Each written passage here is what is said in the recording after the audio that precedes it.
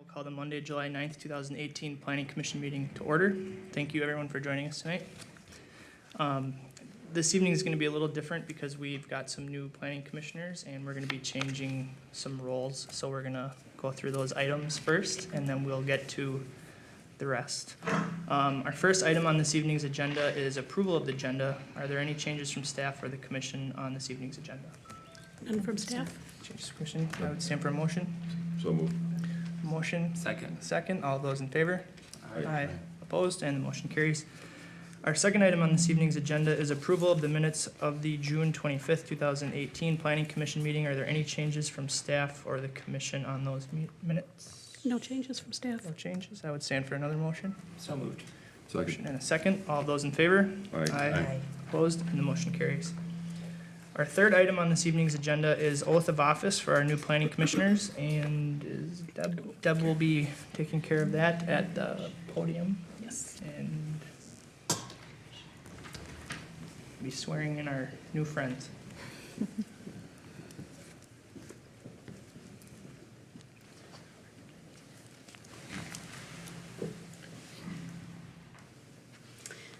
Thank you.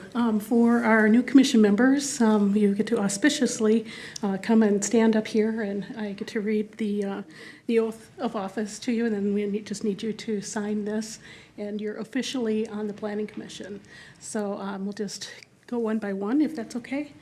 Try with Erica. Okay.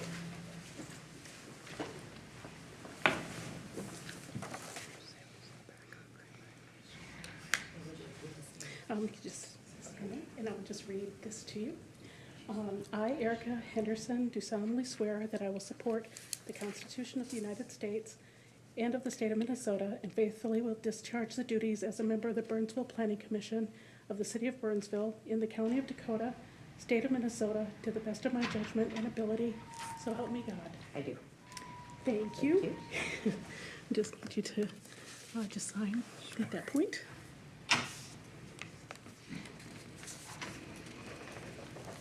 Welcome aboard. Thank you. Thank you, Bud.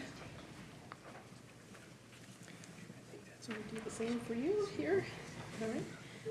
I, Bud Roberts, do solemnly swear that I will support the Constitution of the United States and of the state of Minnesota, and faithfully will discharge the duties as a member of the Burnsville Planning Commission of the city of Burnsville in the county of Dakota and state of Minnesota to the best of my judgment and ability, so help me God. Thank you. Just need you to sign right here. Robert? Thank you. Welcome.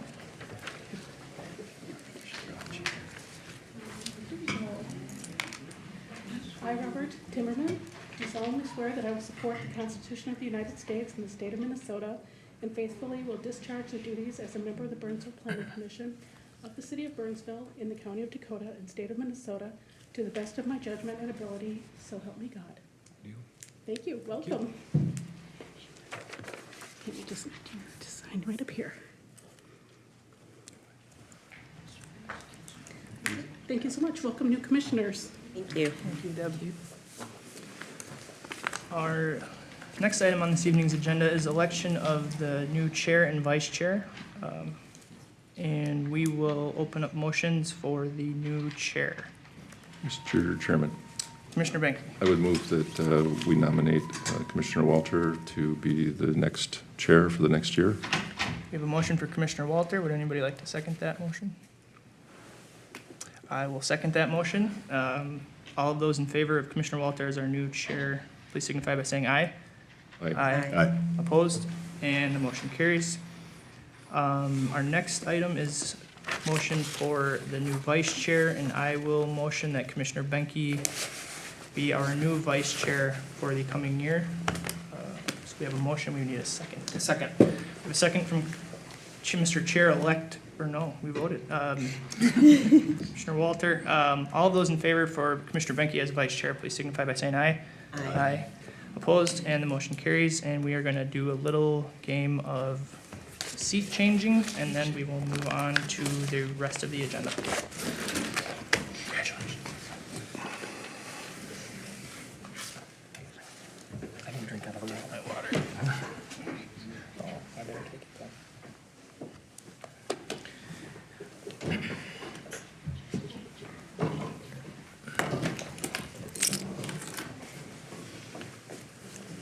this is a different view now. Thank you very much, commissioners and members of the public who are here. We do that every year, elect a new chair and vice chair for the Planning Commission, so thanks for going through that with us. Also, I want to welcome the new commissioners. It's kind of like the first day of school for us because half of the Planning Commission are new members. So I'm going to try to offer a little more kind of play-by-play of the things so you know what's going on. I know I was just there 2 years ago in trying to figure out the processes and so forth. I'm going to try to do a little more play-by-play so that it's obvious what we're doing, or as obvious as possible, and for the public as well. So we've got 4 public hearings on the agenda this evening, and we'll start with item 5, the public hearing of Dakota County CDA for a preliminary and final plat of Valley Ridge Heights Edition located at 1945 136th Street West. Ms. Dean. Good evening, Chair, members of the Commission. Some of you, not only the Planning Commission, but some of the members of the audience or of the public may recall this project or a similar project just a few months ago. Back in February, an application was before the Planning Commission for Lennar, a townhouse development. From the time the project went to Planning Commission to date, Lennar withdrew the application, and the CDA, who was the owner, is the owner of the property, took over that application. The application that's before you right now is for the preliminary plat. What that does is it's an action to subdivide the property further for future development. So for background, I have an aerial photo. The property, it's just south of 136th Street West. It is west of County Road 5 and just east of the Valley Ridge Senior Apartment Building. Site's currently vacant, as you can see here. As far as the zoning of the property, the site is zoned mixed use. It's also guided mixed use. Property is surrounded kind of by a mix of different zoning. We have single family R1 to the south. We have R3A PUD and R1 PUD to the east, B3 to the north, and R1 and Park as well to the north. The proposal before you, it's 6.69 acres, and the proposal is to create 2 lots, one for Quick Trip, which you'll see as a separate application item, and to create 1 lot for Quick Trip, Lot 1, and then Outlot A, which is to be retained by the CDA, the Dakota County Community Development Authority. And so we'll get into that a little further on the next slides. So the preliminary plat, again, would secure a lot for Quick Trip in Lot 1, Block 1, indicated orientation-wise on the very northeast corner of the property. Then a driveway would connect to the Quick Trip through an outlot, Outlot A, and basically stub near the end of the Quick Trip property. The remainder of the lot would remain as an outlot, so basically vacant land to be used in the future for future development. It could be the CDA who pursues that development. It could be a future developer to pursue that development. This gives you an overview of the final plat, again, creating the 2 lots.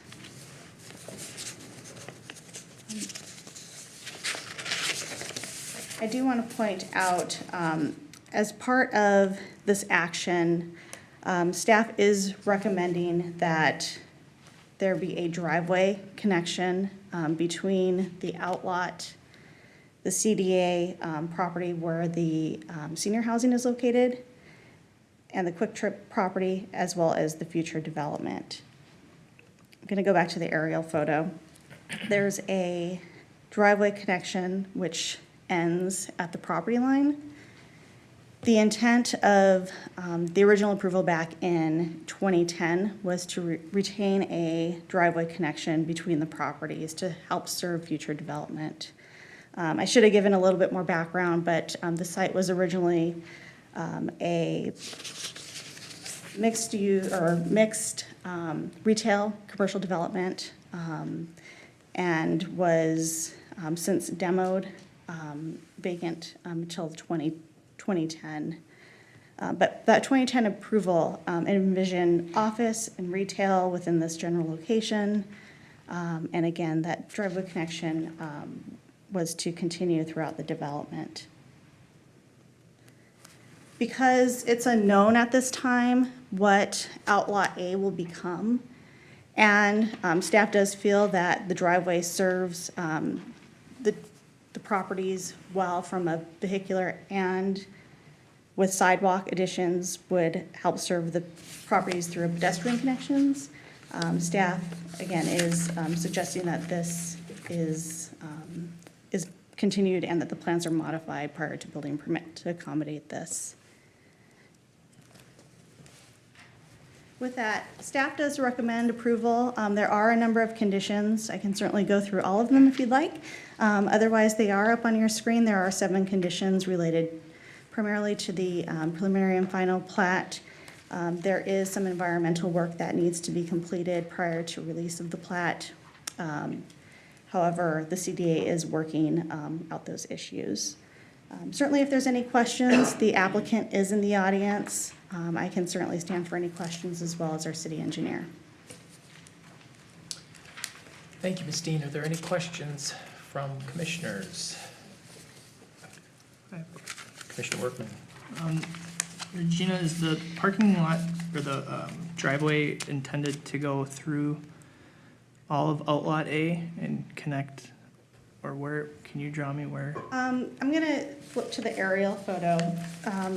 The driveway, there's 2 driveways that are proposed. One on the north section, approximately here, and then a driveway into a future Quick Trip here. And then the current driveway ends here. Staff's asking for this to be connected not only to Quick Trip, but stubbed approximately in this location where my arrow is, but at some point in the future be connected to future development, which we don't know what that will be at some point in the future. I can go back to the preliminary plat. The one driveway, which is located furthest to the west, is here. The access driveway into Quick Trip here. So there's actually the 2 driveways, and then it ends right here. Okay. And currently there, on the plan, there's no connection. Okay. And then also in our background, there's private sidewalks provide accessibility. Is that part of the sidewalks would be built into that road extension? Currently, the sidewalks are not shown as being connected. Staff is asking that those be connected at some point.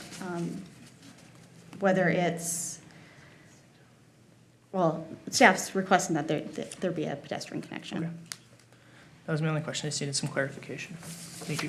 Commissioner Benke. But, Ms. Dean, this is simply the preliminary plat. So really all we're looking at here is the lot division itself. If I may answer that, we are looking at the lot division. But with the preliminary plat, you're also looking at some of the driveway connections as well. Right, but aren't the details of that showing up in the next item on the agenda?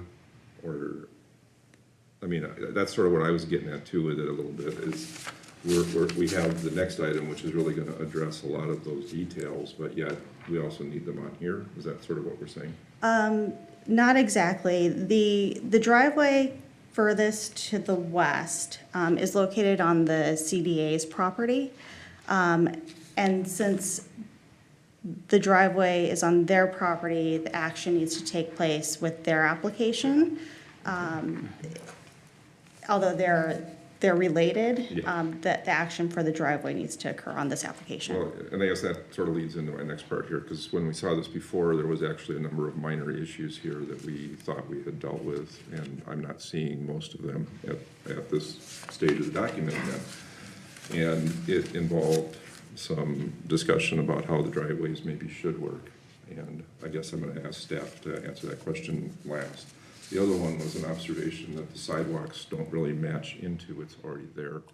They're actually pushing people to cross the driveway twice, where once would be a better solution from a pedestrian standpoint. So I guess I'm gonna just trying to figure out if that should be addressed at this point, or if it should be addressed with the Quick Trip application. So you're basically saying it needs to be addressed here. As far as the driveway access and The sidewalks. any sidewalk connections that occur on Okay. the CVA's property, yes. Okay, and staff's recommendation then is for the driveways to align, and that's counter to what Planning Commission suggested at the last approval. And where are we going back to the original aligned driveways? So if I may explain to our new planning commissioners and the viewing audience, I'm going to go back to the aerial just because I think it's a little clearer maybe to understand. The previous approval that the commission saw in February showed driveway access to Quick Trip essentially lining up. There was neighborhood concern brought up during the public hearing, concerns about potential for traffic cutting through the private driveway. One of the conditions that the Planning Commission voted upon and as an added condition was to stagger the driveways so that they did not line up. Staff doesn't concur with that request. Staff feels that the driveway should either line up or alternatively, if the commission was looking for a different option, that it should be closed completely and restoration should occur. But from a good planning principles, good planning practice, and because we don't know what's going to happen, and staff feels this is our opportunity to have that connection occur, we're recommending that driveway connection continue. Right, so basically right now that staff's continuing with which I'm actually fine with, as long as, since we don't really know what's going on in the adjacent parcel, the vacant parcel. I do think that the sidewalk issue though is a stronger one that I think we should really look at tightly then. And basically the sidewalk currently runs along the south side of the driveway from the senior center. And if we look at the site plan for Quick Trip, it actually tries to bring you across the driveway. Again, it doesn't show up on this one. I think it's actually in their application. But the sidewalk basically brings you across this private drive, and then it brings you across the driveway of the Quick Trip before it brings you into the Quick Trip. And I think it would be a simpler solution to just keep all of the sidewalk on the south side of the intersection. And I think that was also a provision that we made in the previous approval. Have that noted. Okay. Okay. Commissioners, any more questions for Ms. Dean? Are there any questions for the applicant? Hearing none, I think we'll move to the public hearing then. So we're going to open the public hearing for this item. I've got, we don't know which item these people signed up for though, right? It could be a later one. Is that correct?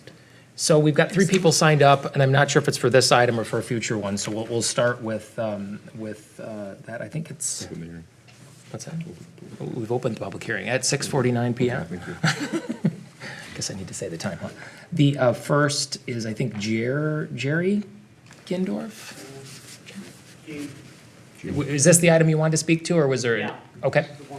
If you could come up and identify your name and address for the record. Gene Gindorf, 1921 Burnsville Parkway West. I live in Valley Ridge apartment building. I kind of agree with you. It seems like everything that happened in the last meeting has totally been ignored. You know, with the stuff that, that we had brought up before about the the driveway, I mean, it seems, I was told that the driveway plan has changed, but the only change I see is another driveway going to our Quick Trip, but then they still want to utilize the driveway that we have in front. And our whole issue is, there are a lot of people in there live, you know, they're 80s and 90s in there, and these people that walk around there, you're still gonna open this whole place up to traffic. And I don't understand why we have to keep rehashing this all the time. And I guess my other question is, I mean, even Regina, when she was talking about this driveway, she states that it's private. That it is a private driveway. And she even admitted to it. So why is it all of a sudden a public driveway? What changed, what made it change from a private to a public driveway? That's what I don't understand. And I'd like to know who's staff. Who's staff that's making all these recommendations? Who are they? And how come nobody's able to give them any input into what's going on?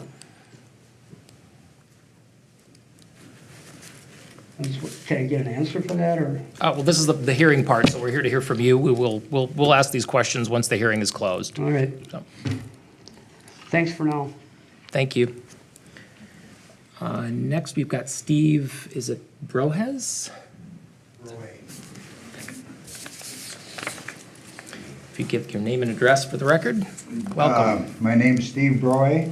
I live at 2525 Williams Drive. I am one of the maintenance people in the senior apartment building. And my one and only concern, which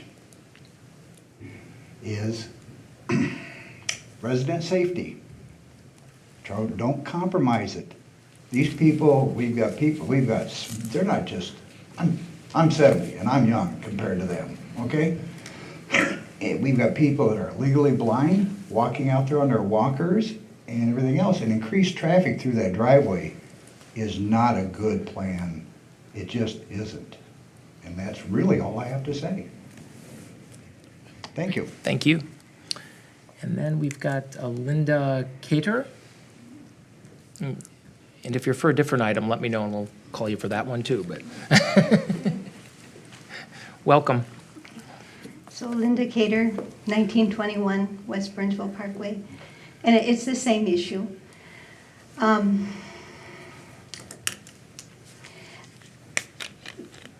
police force is not able to monitor the people that choose to race their engines and be obnoxiously loud on Burnsville Parkway in the middle of the night.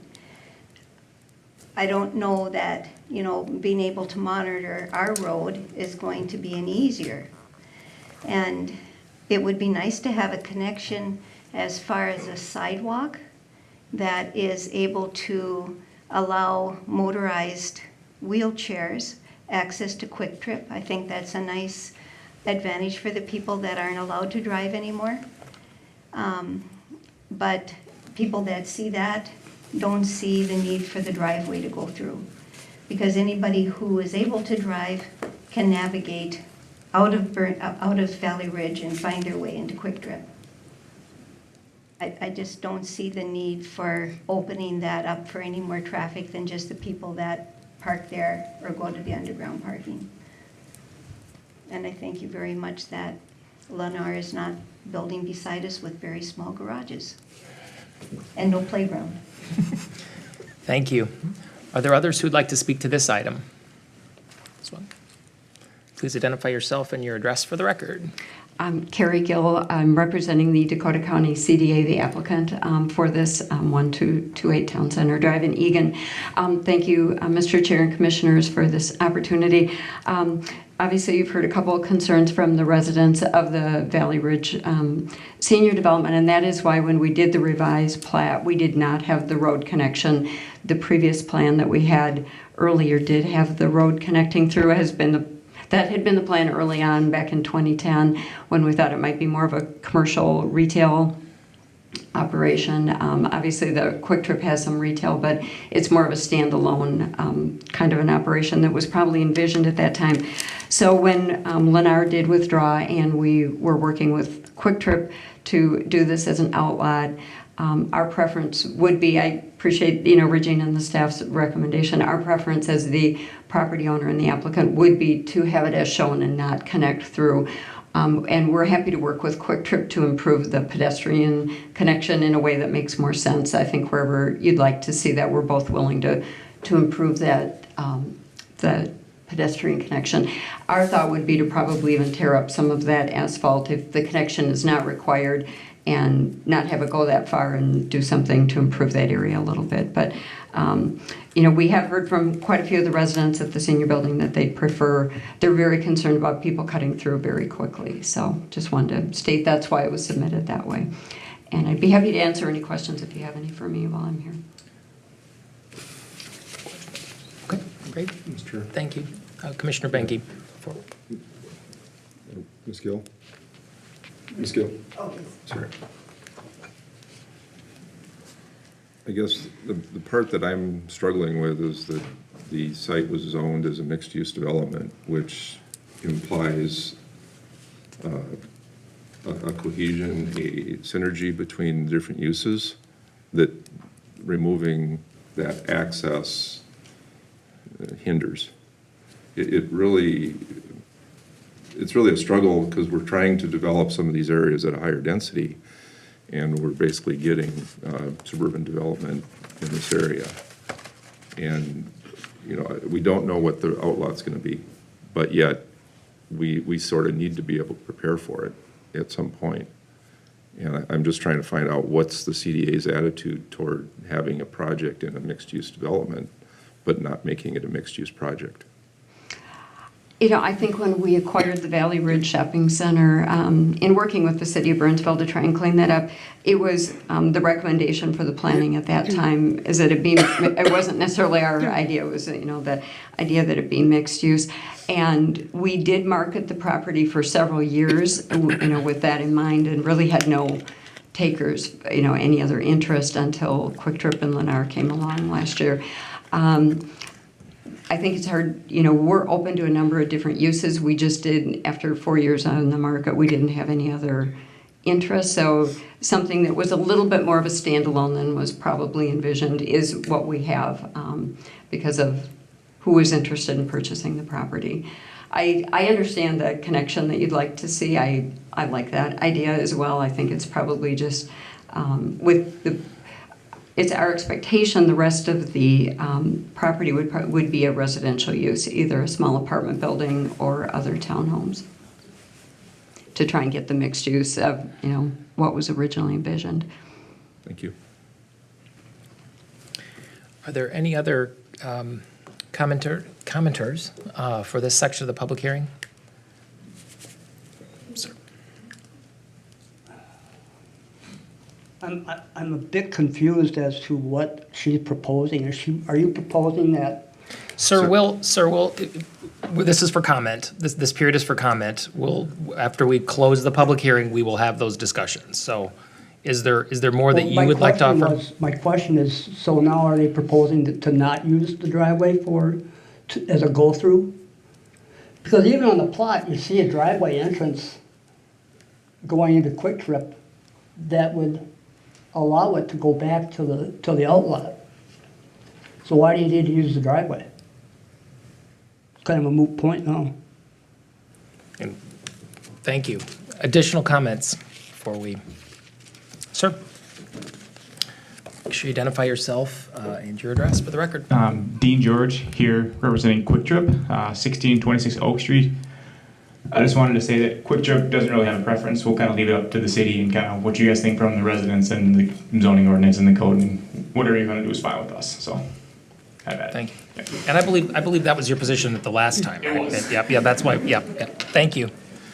Are there additional comments for this? And if not, we will close the public hearing at 6:59 p.m. I think I want to start off with a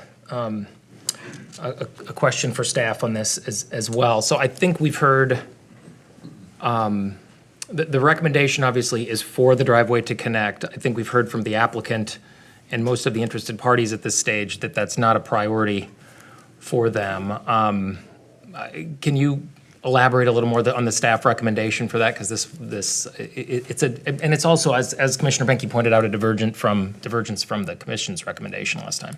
So staff does feel strongly that there should be a connection made because it's a mixed-use development. The purpose of mixed use, if you look at our ordinance, is to have that connectivity, not only with vehicles, but also pedestrian connections as well.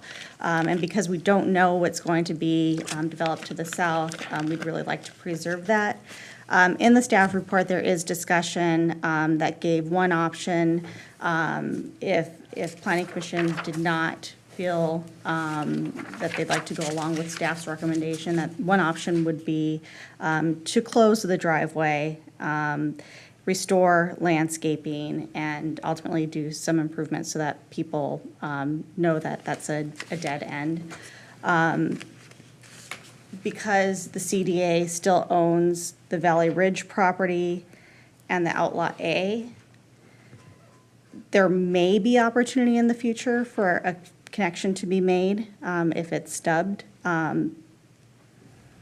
now, that's who owns the property, but we don't know for sure if they'll continue to own the property 2 years, 5 years, 10 years from now. That's kind of a risk the Planning Commission would take. Deb might have another suggestion. Yeah, if I could address this, the role of planning and the Planning Commission is to take an overall look at things, to plan for the future, and to keep opportunities open to be able to do that. We are fastly approaching a time in which the city is going to be doing quite a bit of work on transit-oriented development.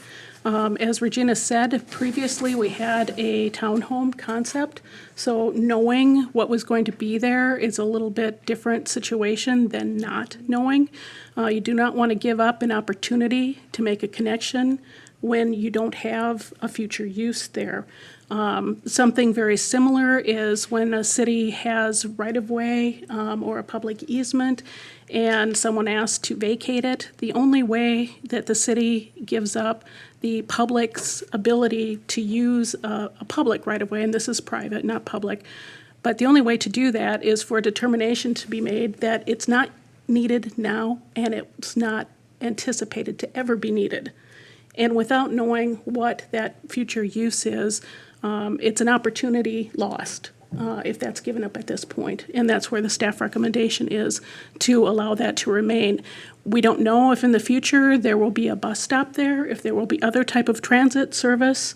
There are all sorts of unknowns. And really that's the fundamental point, is without having an application for that site, we just need to be careful we're not giving up an opportunity that later we would need to go back and try to purchase an easement for, which would be even more difficult and costly. Thank you. But is there no way to do it keeping the door open for potential development without requiring it now? No, the time of plat is where we need It's- to okay. have these things considered. Yeah. Commissioners? Yeah, just a quick question, when you talk about time of flat.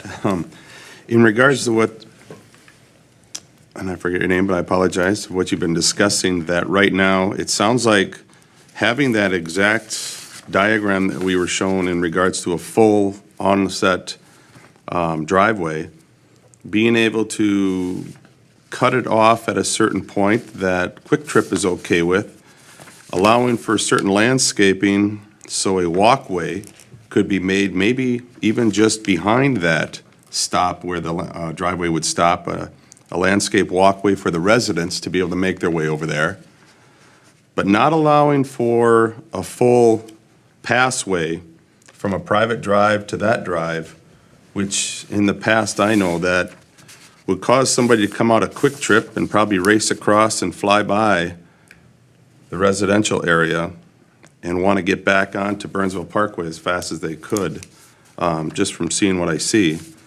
And if we're not really sure what's going to happen with that plot later, correct? Right now, the correct. plans that we're going to be building the senior residential site, is it going to happen for right now? That's correct. That's There's correct? only Okay, the so we're Quick just Trip talking about application. Quick Trip right now. Yes. Okay, I just want to make sure, because I wasn't at the meeting before this, so this is kind of everything's coming fast. There's got to be a median there somewhere. If it's not needed right now, am I correct on that, that we don't have to build the driveway right now? It does not need to be constructed, but you would want to retain either an easement or something so that you Going have the opportunity in I the understand future. that. I mean, Yes. heading that way, when you come off of Burnsville Parkway, to be able to go straight through into whatever is developed there. But the actual connection to the private drive is, I guess, something that people aren't really happy about right now. That would be my concern. Because coming out of Quick Trip, the way that I see it right now, wanting to get on Burnsville Parkway as fast as you, or I guess it would be 136th, as fast as you can get on 136 wouldn't be to turn right and then wait for traffic and go there. It would be to scream through the parking lot and just get going. I mean, there's reasons why you can't go through corner gas stations as fast as you want to, because you're not allowed to do that. And again, this is not a public street, it's a private drive. Right. And again, you need to look at the big picture. You need to look at the general public and what opportunities are in the future. And again, they will need to come back for Outlot A for any development. They will need to come back and replat that. Right. And there will be public hearings at that future date where you can take public input and, having a known product, make those decisions. So that would come back before Planning Commission and City Council in a public hearing process. Okay. Commissioner Workman. Thank you, Mr. Chair. I think the points brought up tonight are very valid, that safety is of the utmost importance. But I also believe we shouldn't handcuff ourselves for future development and create a potentially more costly scenario with a future development on Outlot A, which is why I think staff has presented what they have this evening, is to avoid more headaches farther down the line when that piece of land is ready to be developed. It's hard to predict that there's going to be high-speed traffic through there. When that road is connected back into that development, we're not going to see a through street over to County Road 5. That's just going to go into whatever is developed there. So it'll be a driveway, and it will not be able to connect to County Road 5. So it'll go into a development that exists, and anybody that's going in there is going in there to buy or live or whatever ends up being there. They're there for that purpose. And it's not going to be acting as a crossway through. To summarize, I am comfortable with the staff presentation this evening based on what I've heard as it sits. Commissioner Banky. Yeah, I think, having listened to both the CDA and the residents, I think I'm reverting back to my original recommendation that the driveway remain, but the access to Quick Trip be staggered to avoid a direct shot from Burnsville Parkway through this private drive and into Quick Trip in either direction. Essentially, if we can look at the Quick Trip site plan for a second. Is this okay? Yeah, this one, Okay. I don't know if, is there a way, can you blow that up at all, or?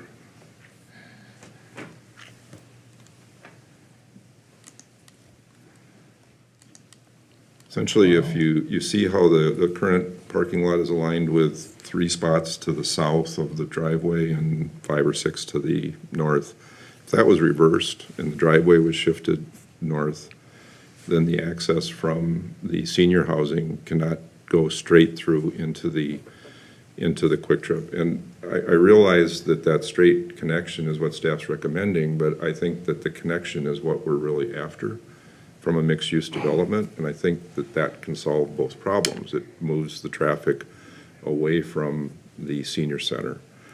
I think, again, like I say, currently there's a sidewalk on the south side of the drive. You can see the stub being shown in the drawing right there. I don't know, Regina, if you can bring your cursor to it. There's a sidewalk right there, and if that continues straight across to Quick Trip, I think that takes care of the pedestrian access.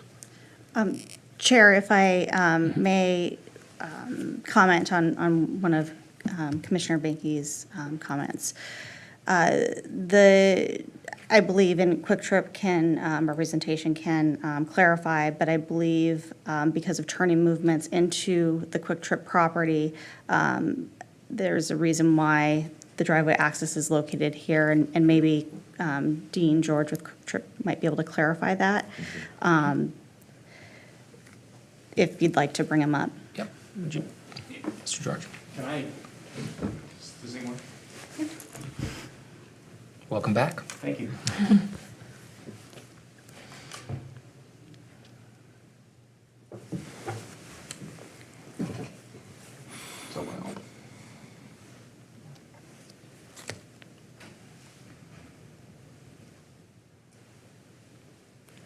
Okay. So here's kind of what we're looking at as far as turn movements. The way we had our initial plan set up was there was 2 driveways coming off 136th plus the private drive access back to service the Leonard lot. We had a meeting with city staff probably a month ago, and they asked us to remove one of those accesses. Their preferred one was the one in the center. If this zooms out. So we did that. So now we're only serviced by 2 driveways into our site, one for ingress, one for egress. The primary ingress site, we needed to make sure moved from a trucking turn radius standpoint. And if we slide it, I can't get this to work. There we go. I can try over here. Does that move up at all? No, it doesn't. Well, it does, but There you go. it doesn't zoom it back. Oh, does that kind of work? Yeah. So if we move this driveway, this is on the west side. If you slide it over to here, I don't think this movement can be made with the distance from our trucks. We'd have to look at it from an engineering standpoint, but looking at it, I don't think it can be. Sure. Commissioner Banky. And if you actually slid it to the north where the 3 spots are and put all the parking together, it seems to me that simplifies your movement. Moving the driveway access to the north to there. Sliding it north? Yep. I'm sorry, that would be south, you're South. upside down. I'm planned north here, but it would still be offsetting it away from the other one to avoid a straight through shot. Over here. Correct. We'd have to look at that, but I can take a peek. Sure. Thank you. Any additional questions? Thank you. Sorry, I was Thank you. thinking, yeah.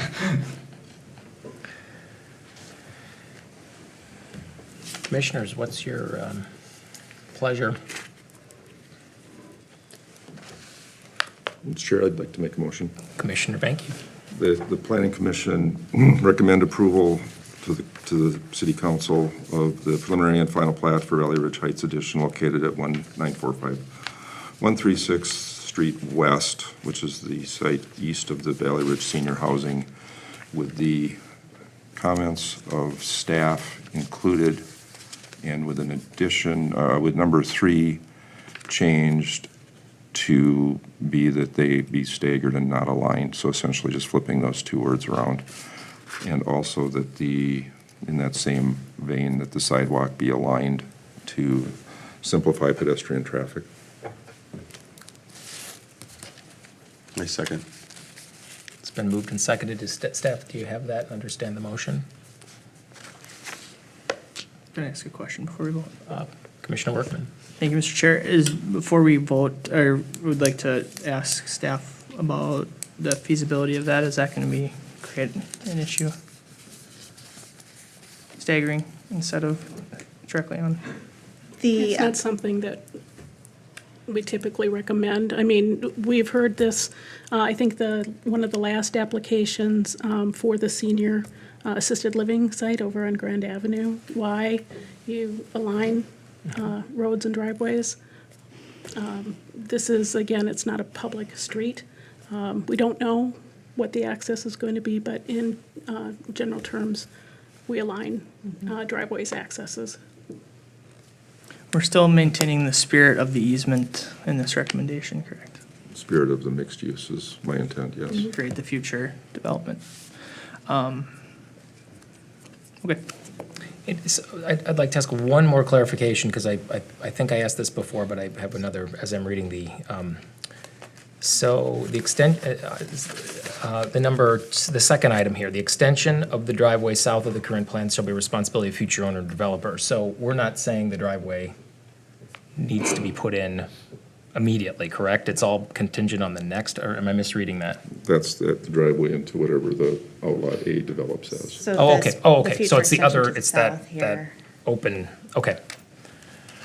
Thank you, just misunderstanding that. I didn't know my directions. And one more question, sorry. Yeah. Commissioner Benke, just so I can understand the motion, the staggering of the driveways is to help remediate potential traffic or speed issues? Yeah, and I guess, to go to Commissioner Walters, to Chair Walters' comment earlier, to show the rest of the commission and to show the public again, Regina, would we be able to go back to the aerial for a second?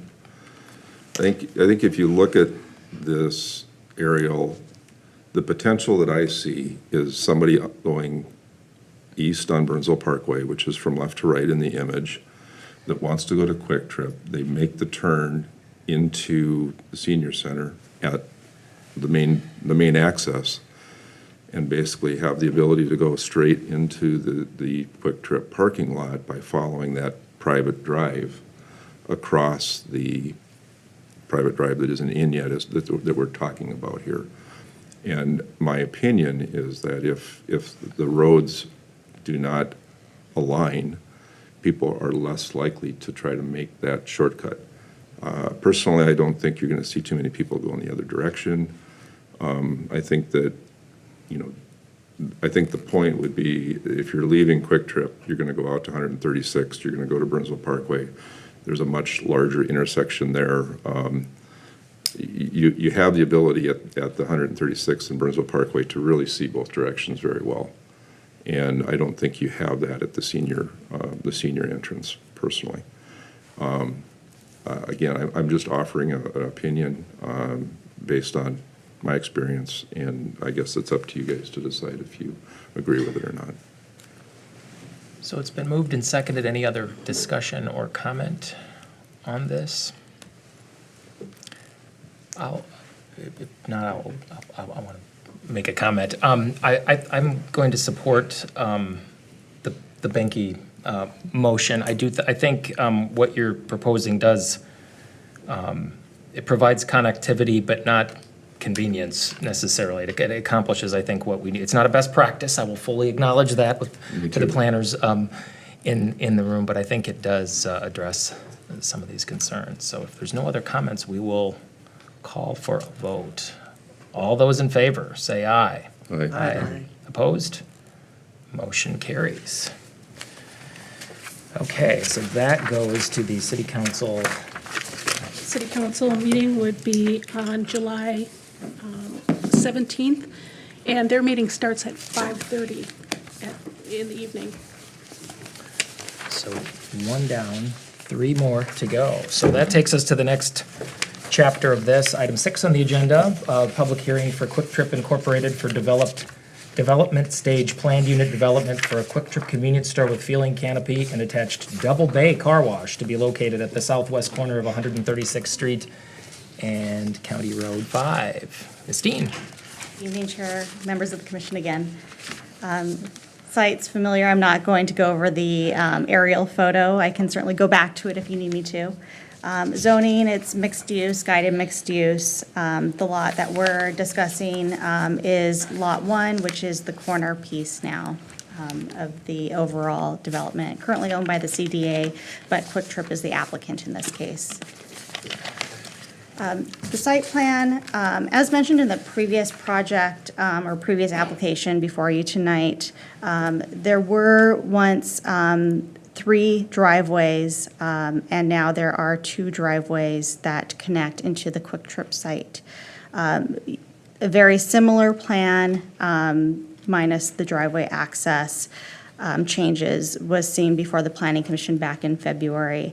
There was recommendation for approval for that project. However, because this was tied to the Lennar project as an applicant, Quick Trip had to basically put things on pause until the preliminary and final plat was carried forward by somebody else, in this case, the previous application by the CDA. The overall proposal, it's for about a 10,000 square foot convenience store and gas station. Convenience store is located, highlighted in green. That's the floor area, and then the car wash attached to the convenience store to the east. I do want to point out there's a outdoor picnic area with picnic tables and room for bike parking. The site also includes colored concrete. I didn't update my PowerPoint slide. It mentions Lennar, access to Lennar. But there are pedestrian connections between the properties as well as out to the public infrastructure as well. The site itself meets our parking standards, not only for parking for the convenience store, but also for stacking distances for the car wash itself. Landscape plan, there are some deviations that are requested in respect to landscaping. Overall, the site exceeds our requirements for trees, number of shrubs, and perennials. There's also heavy landscaping near the entrances and at the base of the monument sign. The seating area does also have landscaping strategically planted around at specific points. The deviations that are requested are for overall green space. We have a city code requirement that 25% of the site be landscaped.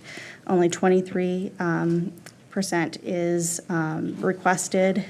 Staff is in support of this request. There is in your background report, I apologize, I believe I stated staff does not support. That was an error. Staff does support this request. Because of the site, because of the pavement that's needed for the truck circulation, it's difficult for Quick Trip to meet that requirement.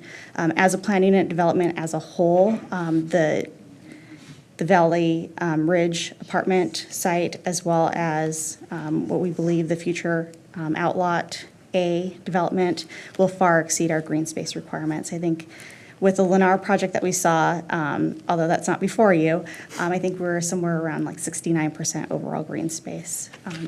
So overall, it looks really, really good. Building perimeter landscaping, we have a code requirement of 50% of the perimeter be landscaped. They're only at 21%. In your report, I think it may say staff does not support, but staff does support that request. The issue with meeting that requirement, there are not only the entrances for the car wash, the entrance and the exit, where you can't add landscaping, as well as the various doors and entry points for the convenience store made it difficult. Quick Trip is proposing to add concrete planters, to add annuals and greenery throughout the year.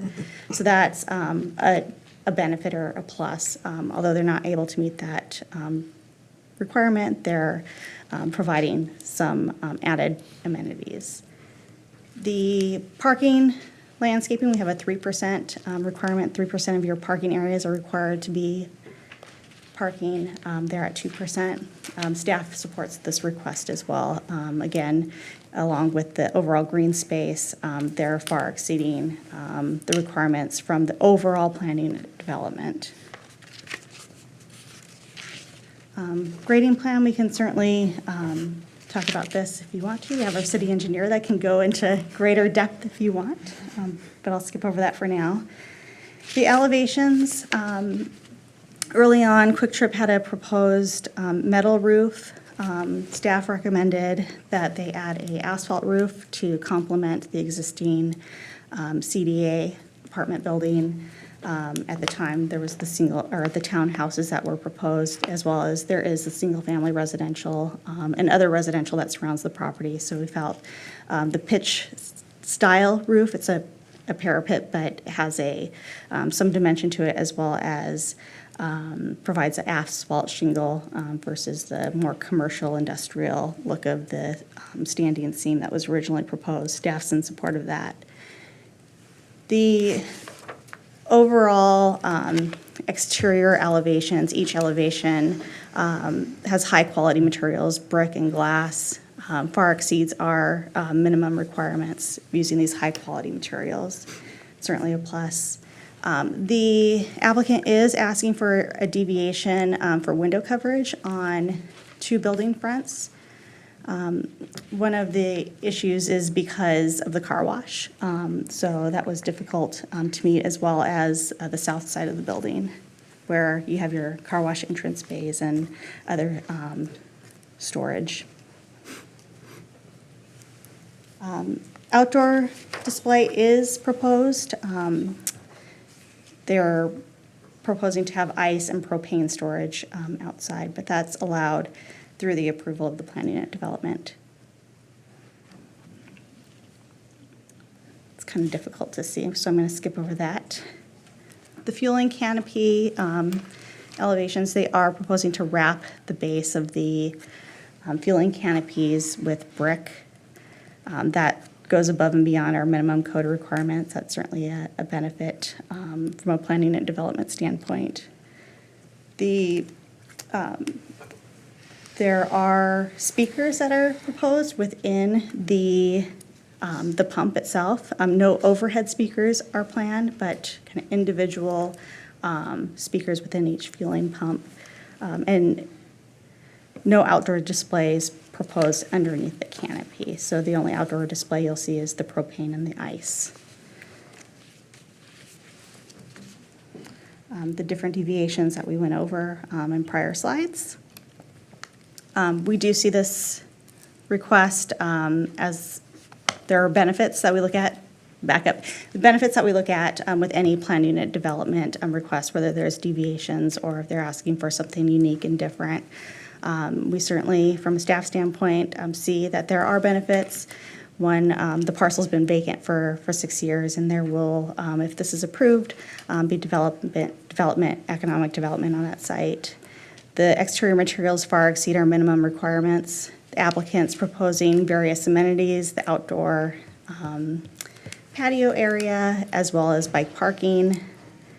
The green space, although it's not completely met on site, with the added perennials at specific points, as well as overall PUD, exceeds the landscaping requirements or green space requirements. Staff does recommend approval of the proposal. There are 12 conditions that are part of the request. Certainly, if there are any questions, we do have the applicant in the audience, and I'd be more than happy to stand for questions as well. Thank you, Ms. Dean. Just one I think there's 11 conditions, right? That the numbering, just want to make sure we're not missing one. It looks like number 8 and 9 are the same one on the slide. Oh, yes, thank Okay. you. 11 That's- conditions, sorry about that. Commissioners, any questions for Ms. Dean? I have a question on the elevations photo. Commissioner Timmerman. So just to get my bearings here, the 2 garage doors in the back where you're talking about the windows, are those the car wash bays, or are those actually garage doors into back storage? These are car wash bays. Car wash, yeah, okay.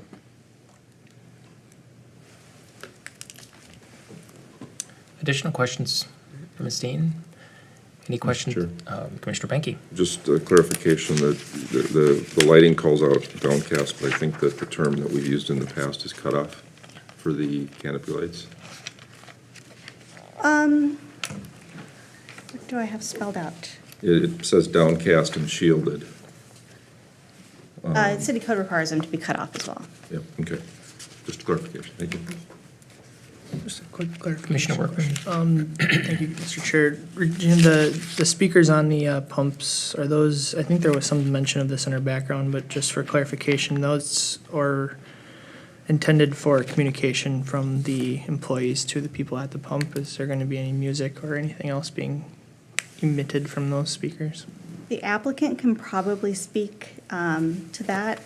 I have used Quick Trip before, and I have noticed that there is some music and video commercial at some of their locations.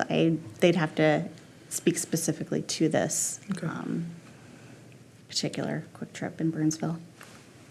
Additional questions for Ms. Dean, and we'll That's all I have. Thank you. we'll ask the applicant to come up and answer that. Welcome back. Thank you, Dean George again.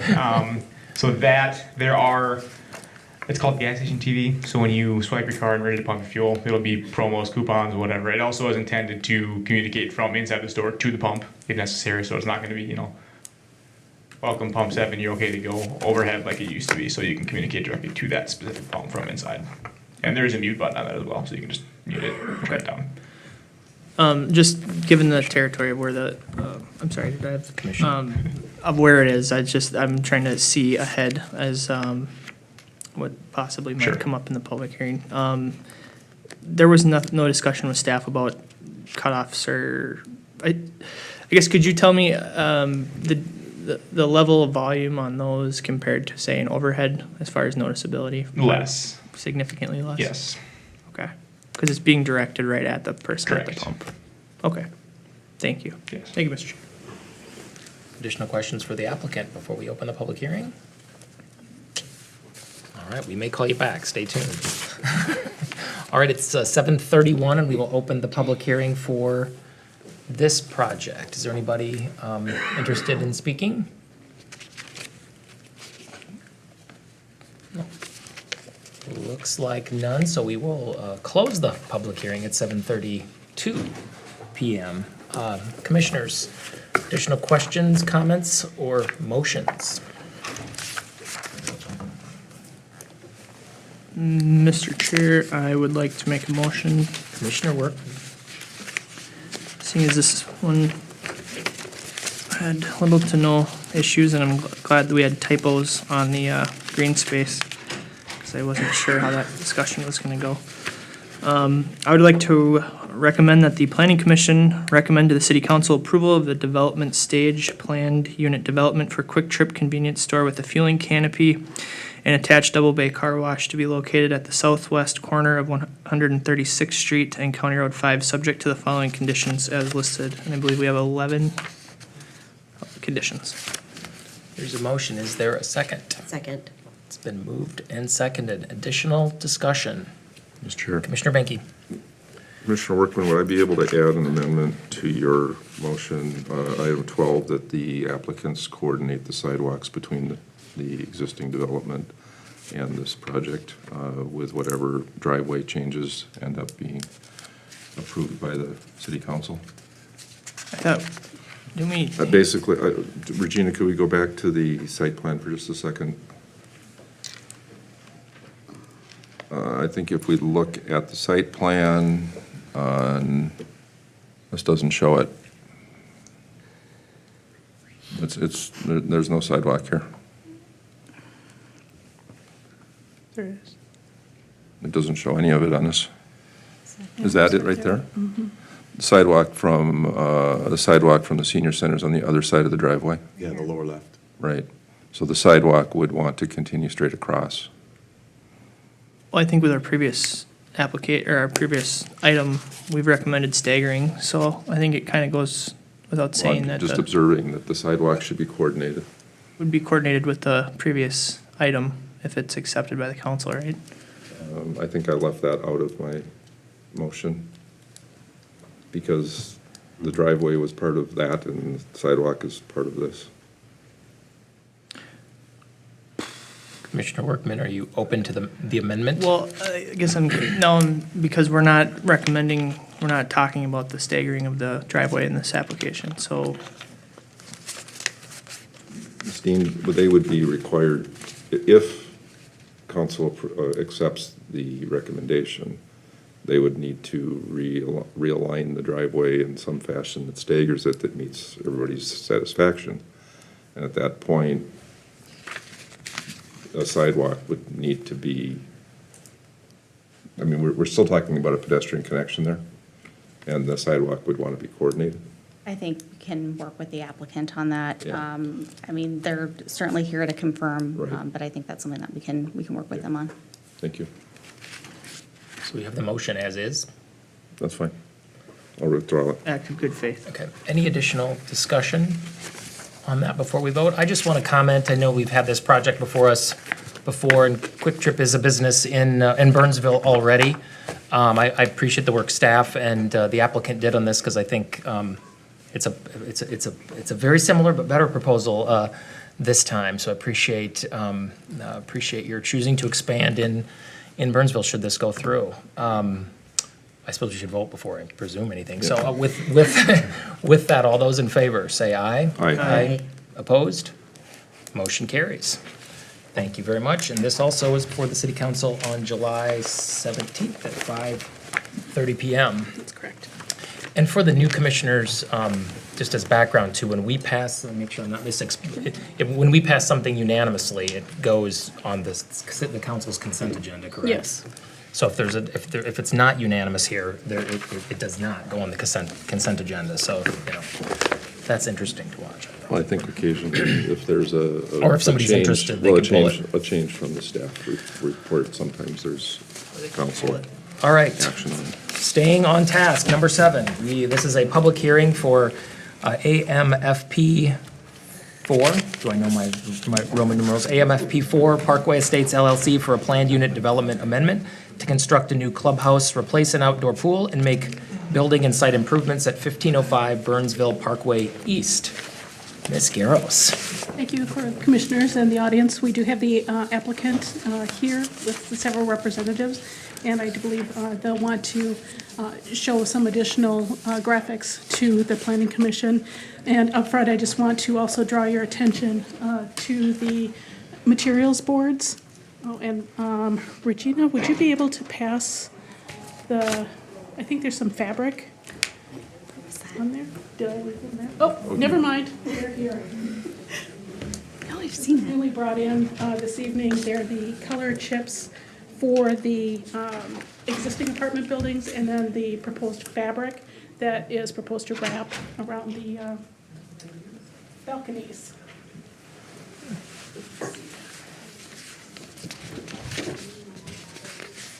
Need to get new commissioners all the time.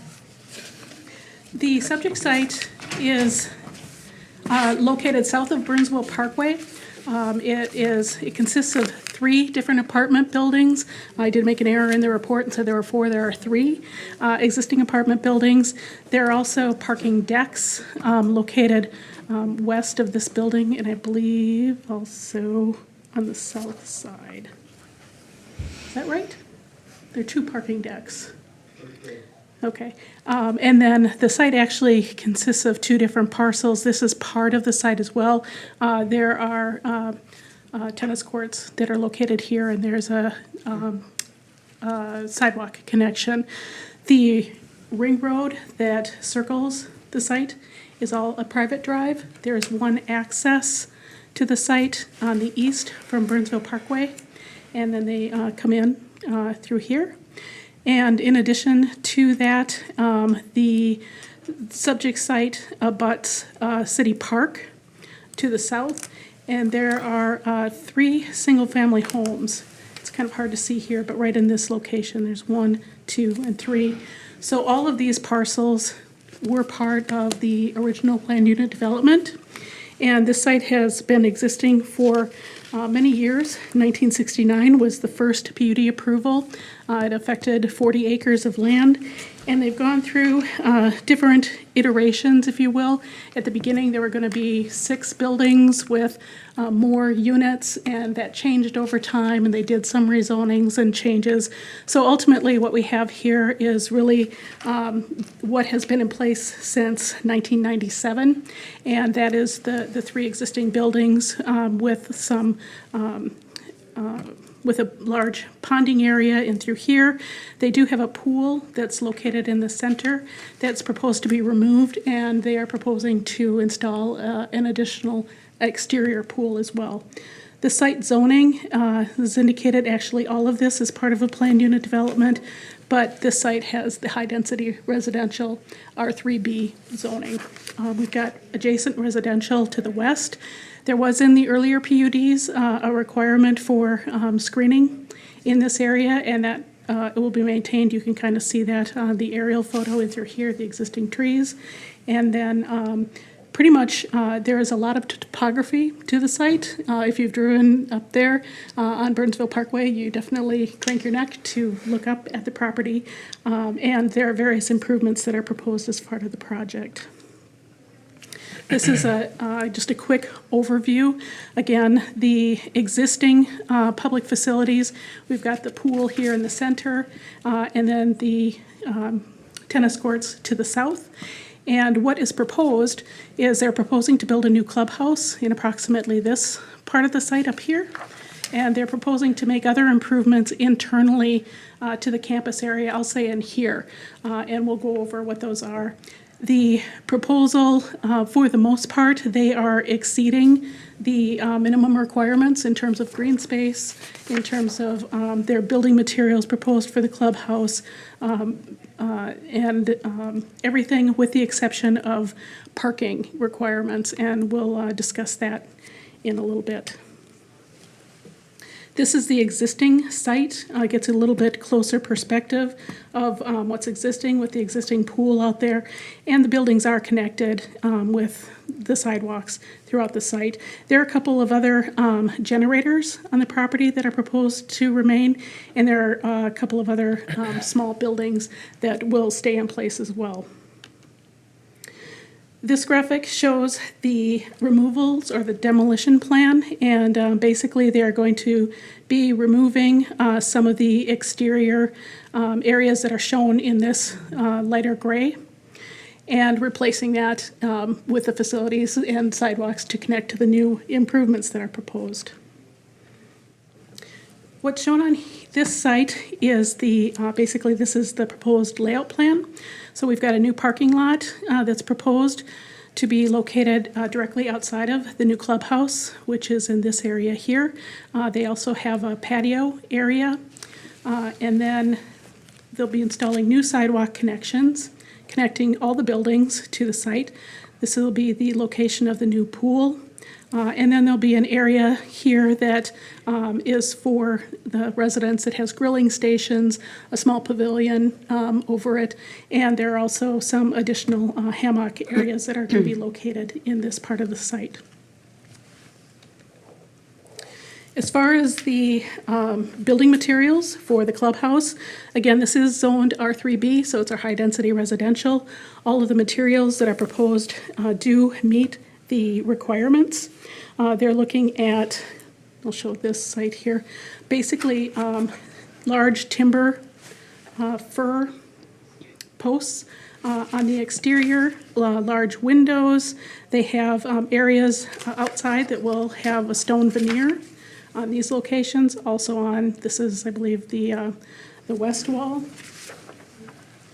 And you can see, again, the stone veneer in these locations. They are proposing to have a standing seam metal roof, and that is permitted in the R3B high-density residential zone.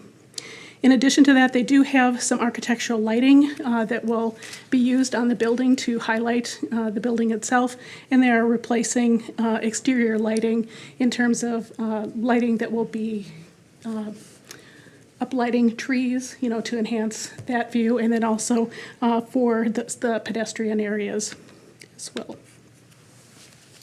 As far as the site plan, we have the clubhouse, 5 parking spaces that are proposed, and a number of these elements were included in the packet. I have them here in case there are questions, but I plan to go over them relatively quickly. This would be the grading area for the clubhouse. As you can see, there's an infiltration pond that's proposed to be just south of the new clubhouse. And then this shows landscaping improvements. All the landscaping that's proposed does meet the ordinance requirements in terms of it meets our 25% species diversity requirement, also meets the size and species requirements as well.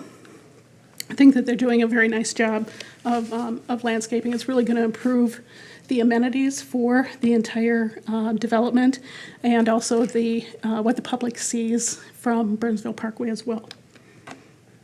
This is a photo identifying basically what the landscaping will look like around the building. in the future. And then this gets to a close-up of where the proposed pool is located. They will be constructing a decorative, I believe, aluminum or metal fence around the pool for security. And then this is the area, again, where the grilling stations will be located. And that gives a little bit more detail. This is just a detail of the fence around the pool and how the pool will be constructed and the depths. And they will be providing landscaping around the pool unit itself. And then this is the third area here. There will be a pavilion over this station, and this gives you an idea of the rock face wall, and then the grilling stations. This would be the pavilion, if you will. And they are, in these locations here, these are all hammocks. So they will be installing hammocks out there for the residents as well. There is one item where there's an existing building, and we had talked to the applicant in terms of with the new pool going in to make sure that the equipment associated with the pool is screened, and they're proposing to keep that within one of the existing buildings, so that will be taken care of. This shows the pavilion on the very south side. It's basically open with a roof, and will be located in this location, and again, further landscaping. They've also done a nice job of adding landscaping around the generators to help screen that from the new commons area, if you will, for the residents. This is the second area of grading, which is in the facility, or in the middle part of the common open space. And you can see there's a slight grading in there, a little bit of a berm in this location, and then another infiltration pond proposed in this location here. Let's see. For the site utilities, there are a number of existing utilities and encumbrances on this property. It was one of the reasons the way that the buildings are laid out as they are is because of the existing utilities. So there are a number of easements we have noted in the report, and our city engineer can address this as well. But there are a couple of issues with the proposed ponding being over site utilities, and we want to be able to work with the applicant so that we don't have that situation. It's just not good to have inflow, infiltration, that type of thing. So what they've provided for their stormwater ponds is far in excess of what they need to do. So we feel very confident that they will be able to reduce those and do some adjustments, and that situation will be taken care of. In terms of the existing apartment buildings themselves, basically they are primarily a brick construction. They all have metal, like wrought iron railings around the balconies. And what they're proposing to do is to paint the entire exterior of the buildings as shown in the elevation below, a darker charcoal color on the bottom, and then a lighter pearl gray on the top parts of the buildings. They do need PUD deviation to allow painting of brick. That's, I think, an oversight that we had.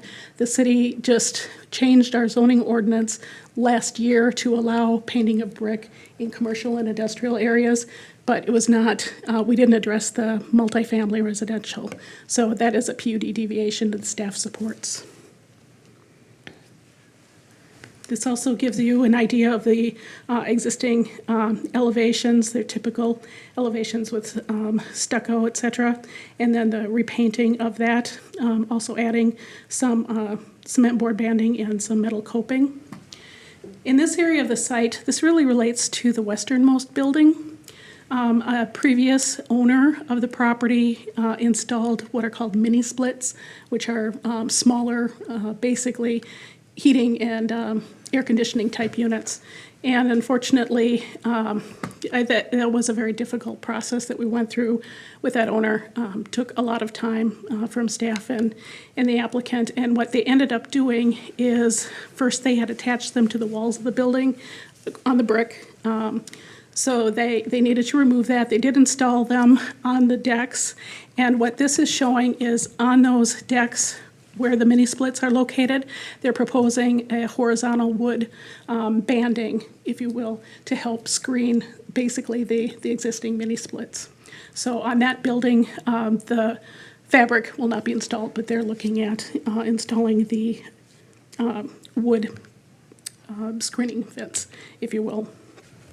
They're also making improvements to, they're adding a couple of retaining walls at the entrance of the facility at Burnsville Parkway here, and this is the entrance heading to the south.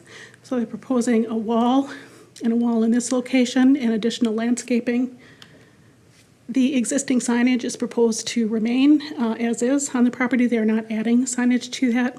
And then what they're doing is they're adding additional landscaping to augment what's already there on the site, just perennials, trees and shrubs, just along the entire length, if you will, of Burnsville Parkway. And this is the large sign that's on the side of the hill that you see, and additional landscaping in through here. And just additional area.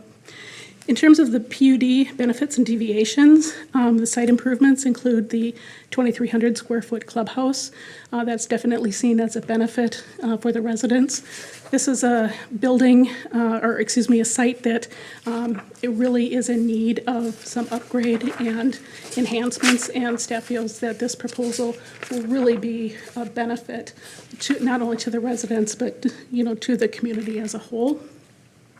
They are also replacing the outdoor pool, which we talked about. Interior to the building, there is an indoor pool that has not been functioning for quite some time. They are proposing to replace that and add a fitness center, which again will be a benefit to the residents. They are repainting each of the apartment building exteriors in a uniform color scheme and wrapping the existing balconies with that mesh, if you will, that was sent around. And we believe that that will enhance the buildings, especially considering that west building where the mini splits were installed on the brick exterior. So that will be an improvement. And the landscape improvements, definitely positive for both the public and the residents in the area. In terms of the deviations, one we talked about is allowing the brick on the buildings to be painted. Staff supports that. There's a deviation requested, basically not to irrigate the site. The existing site has never been irrigated. We see that as an existing condition, and we support that deviation as well. And the third would be a deviation to allow 635 parking spaces instead of the 644 that are required. In this case, staff does not support that. What we are recommending is that in addition to the existing parking, that they add 9 additional stalls so they get up to the original PUD approval. And the applicant has agreed to do that. The staff recommendation is we're recommending approval of the project subject to the conditions outlined. One of the primary conditions relates to the existing parking structures.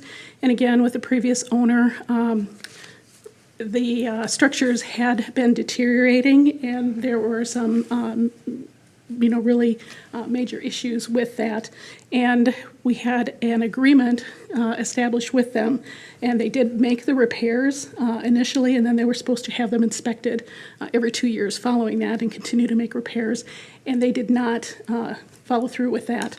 So the city attorney and our other staff have recommended that we include that as a condition of the PUD, that they do those periodic inspections, submit the reports to our building inspections department, and then just to maintain and continue to keep everything safe out at the site. And the applicant has agreed to do that. With that, if there are any specific questions, I would be glad to address those. And again, the applicant is here to address Planning Commission as well. Thank you. Commissioners, any questions? Commissioner Workman? Thank you, Mr. Chair.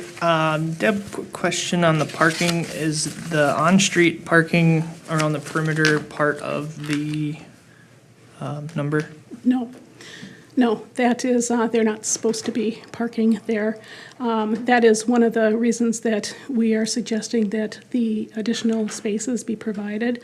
They are also, again, the previous owner had at some point in time created additional apartment units without getting permits and approvals, the PUD approval. This applicant has agreed to remove those extra apartment units and to bring the site basically back to what the original proposal was. So the parking would be, if we were to apply today's ordinance, there would need to be more spaces than what is proposed.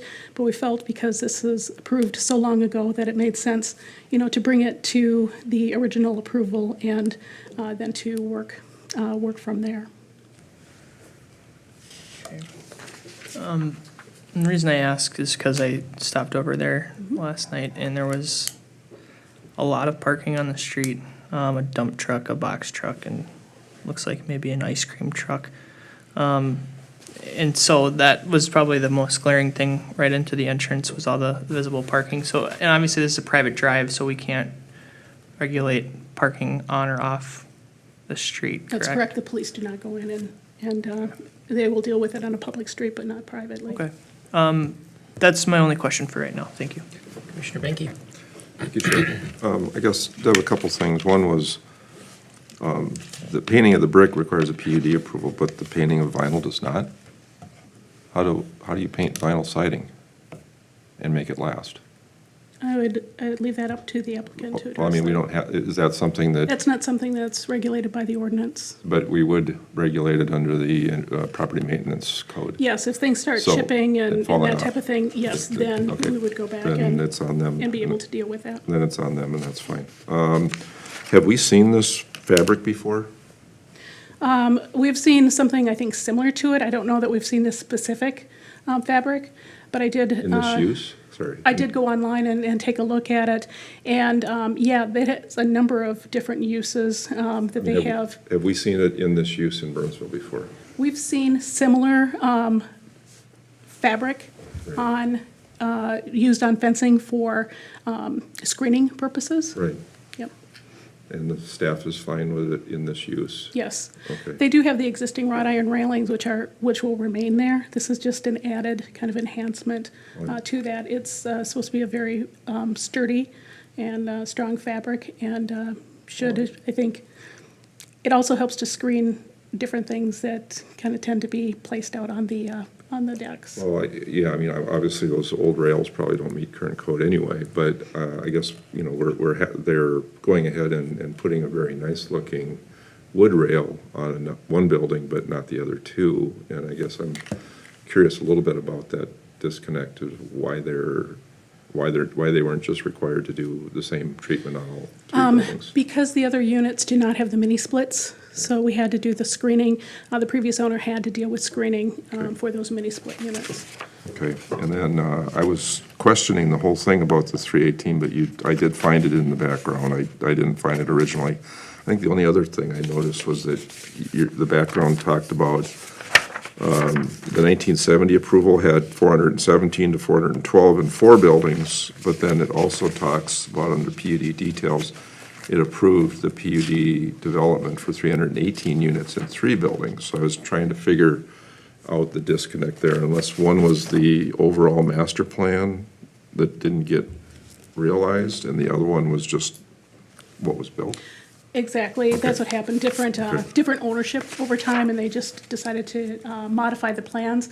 I think what they found is that on the southerly piece, south of where the apartments are, there's a lot of topography in there, and I think just economically, it didn't make sense to try to construct anything, so they decided to do the park, give the city the park in that case, in exchange for those single-family residential units.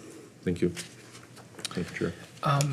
Got a question. So obviously, Deb, we're focused on the external components of this because requires the PUD amendment, but you mentioned fitness center and indoor. Is there a significant indoor renovation component to this too? Obviously, that's not what we consider. Yeah, that is not something that the applicant has shared with us. That's a question that you can ask of them.